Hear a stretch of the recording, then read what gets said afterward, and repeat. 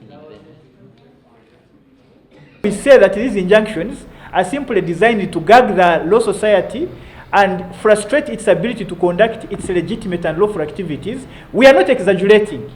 It's what it is. It requires that judicial decisions must be delivered in accordance with the law.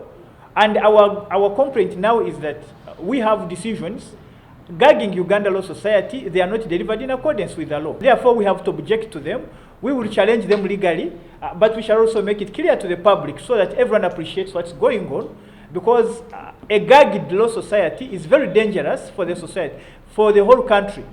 Law society does a lot of work, and if it becomes impossible for law society to carry on its legitimate and lawful activities, then it's bad for the public.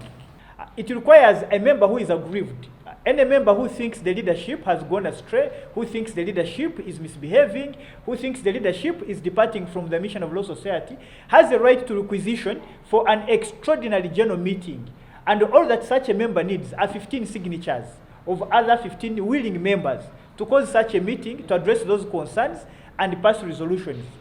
And therefore, when a member rushes to go to a court of law, we expect that the court will take into account the provisions of the Uganda Law Society Act. The law requires that before you go to any court of law, you should first exhaust the internal administrative remedies. Call upon all members of the legal fraternity on the bench, at the bar, and in academia. This is the time to rise, unite, and safeguard the independence of the ULS. Support the leadership of the ULS and to stand with it in its pursuit of every legal institution and administrative avenues available to protect the independence of the ULS.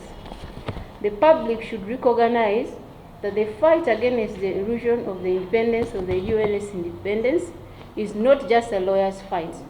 The erosion strikes at the core of justice and accountability for every Ugandan. This is not the time for silence, hesitation, or compromise. The legal fraternity and the public must stand together to defend the values that define our profession: independence, integrity,